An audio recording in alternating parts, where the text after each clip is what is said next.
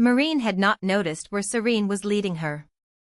That was the point, she suspected, Serene's hand over her eyes, her voice saying just a little further, trust me, in the particular tone that did not invite negotiation. By the time she was allowed to look, she was standing in the middle of the sitting room, and Brianna was there, and the table had been laid with flowers and light things to eat and a bottle of champagne that had clearly been selected with care. Marin took it all in. You've been so buried in preparations that there was no time for a proper pre-wedding celebration, Serene said. So I kept it simple. And, Brianna added, this may be the only occasion on which I can get you to have a drink with me. I intend to take full advantage. The two of them stood side by side with the easy comfort of people who had found an unexpected friendship while Marin wasn't paying attention. She looked at them, at Brianna's confident smile and Serene's quieter satisfaction, and felt something loosen in her chest that she hadn't realized had been tight. Perfect, she said. Let's have a proper evening. They settled around the table. The champagne was poured. Marin glanced between them. Serene, she said, with the air of someone raising a matter of genuine principle, why is she Brianna and I'm Miss? Miss is a term of affection. I am about to become a duchess. Not a Mississippi. Call me Marin. Serene filled her glass with the unruffled calm of someone who had already decided to do whatever she liked. All right. Marin looked at her. That was far too easy. Enjoy it while it lasts. Brianna raised her glass. To Marin. On the occasion of her wedding. To Marin, Serene agreed. To both of you, Marin said, and meant it. The three glasses met with a quiet sound, and the evening began. Some hours later, Serene and Brianna sat on opposite sides of a sleeping Marin, who had put her head down on the table with the decisive suddenness of someone whose body had simply had enough and acted accordingly. Didn't you say she had a strong constitution? Brianna said, keeping her voice low. She does. Serene looked at Marin with something that was not quite a smile and not quite guilt. She's been running on very little sleep for weeks. The champagne simply found the gap. A quiet sound came from the doorway. Gerard stepped in, which was, Brianna now realized, not a coincidence. She looked at Serene. Serene was already looking at the middle distance with great serenity. Gerard crossed the room and stood for a moment looking at Marin, at the way she had folded her arms beneath her cheek, at the slight furrow between her brows that lingered even in sleep, at the loose strand of hair that had fallen across her face. He reached down and tucked it back, very carefully, and then looked at Serene. Thank you, he said. There's nothing to thank me for, Serene replied pleasantly. He gathered Marin into his arms and stood. She stirred slightly, not waking, only shifting, and pressed her face against his chest with the unself-conscious certainty of someone who recognized, even unconscious, where they were. He walked slowly, in no hurry. How long had it been since he'd held her? The week had felt significantly longer than its 7 days. He noted, with the attention he gave to everything that mattered, the warmth of her, the particular weight of her, the way she fit against him as though the position had been designed. Marin murmured. He stopped.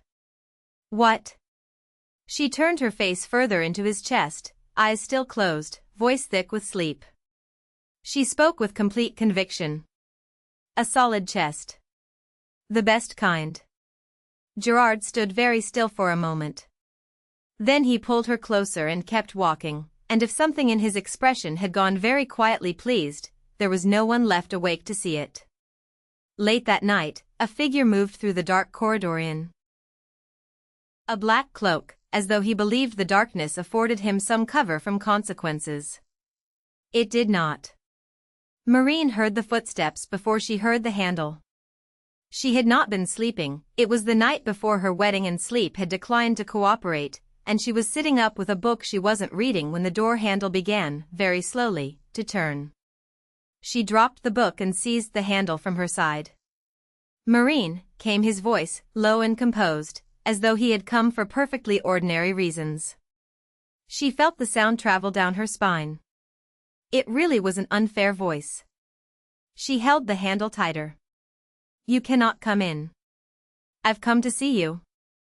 Then you've made a significant tactical error. You cannot see me. There is a tradition. I'm aware of the tradition. Then what are you doing here? There was a pause. Then, I wanted to hear your voice. Marin opened her mouth. Closed it. That is not a good enough reason, she said, which was not entirely honest. I thought it was quite a good reason. She could hear the smile in it. She did not say so. Go away, Gerard. Come back tomorrow at the ceremony like a person who respects Western cultural heritage. Can I not pretend I was never here? You are demonstrably here. I didn't think you'd be awake. And yet. She pulled the handle more firmly. Go. A pause. I haven't seen you in 6 days. You will see me tomorrow. In approximately, don't count the hours. It's undignified. He laughed. She felt it through the door. Fine. She heard him shift. I'm leaving. But I'm not going far. I'll pretend not to notice. The handle stilled. She almost relaxed. Then the door opened, just slightly. She had let go for one unguarded moment, and before she could lunge for it again, a lit candlestick and a small book slid through the gap and were set gently on the floor. Marin squeezed her eyes shut. I didn't see you, Gerard said. The door is still open. It isn't anymore. It closed. I still didn't see you. Marin opened her eyes. The candlestick flickered. She looked at the book, a children's story, the cover worn soft with use. The Crow Who Returned the Favor. The first one she had ever read to him. She sat with it for a moment, her fingers on the cover. Remembering who they had been then. He had been a count. She had been the crow. She had run. He had stayed grateful. She picked up the book, settled against the door, and began to read. On the other side, she heard him settle too. She imagined him with his back against the wood, eyes closed, listening, the way he used to listen, back at the beginning, when she had thought she understood the shape of things and had understood almost nothing. And so the Count lived happily, she read, and was grateful to the crow for the rest of his life. Silence. The ending is wrong, Gerard said. Is it? The crow leaves. His voice was quiet and without humor. That isn't a happy ending. Marin looked down at the page. He lived happily. The crow left him. A pause. I don't like it. Change it so they stay together. Marin pressed her hand flat over her mouth for a moment. She breathed. All right, she said, when she trusted herself. I'll change it. She read it again from the beginning, and when she reached the ending, she rewrote it on the spot. The crow came back. The Count had been waiting. They stayed. Better, he said. She read it a third time. Then a fourth. The candle burned lower. Outside, the night settled into the deep quiet of very early morning. They sat on opposite sides of the door, and neither of them spoke of leaving.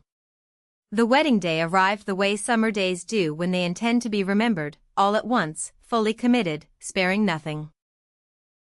The sky was the exact blue that has no adequate description. The yellow pine trees in the gardens had come into full bloom overnight, as though they too had been preparing for this, and their color against the white of the carpet and the wildflowers on either side of the path was almost unreasonably beautiful. Marin stood at the beginning of the aisle in a dress that had been made with extraordinary care, the neckline and shoulders open to the summer air, the skirt flowing from just below the bust, the whole of it set with crushed diamonds that caught every angle of light and scattered it like something that couldn't be contained. The veil was white and fine. She looked through it at her mother.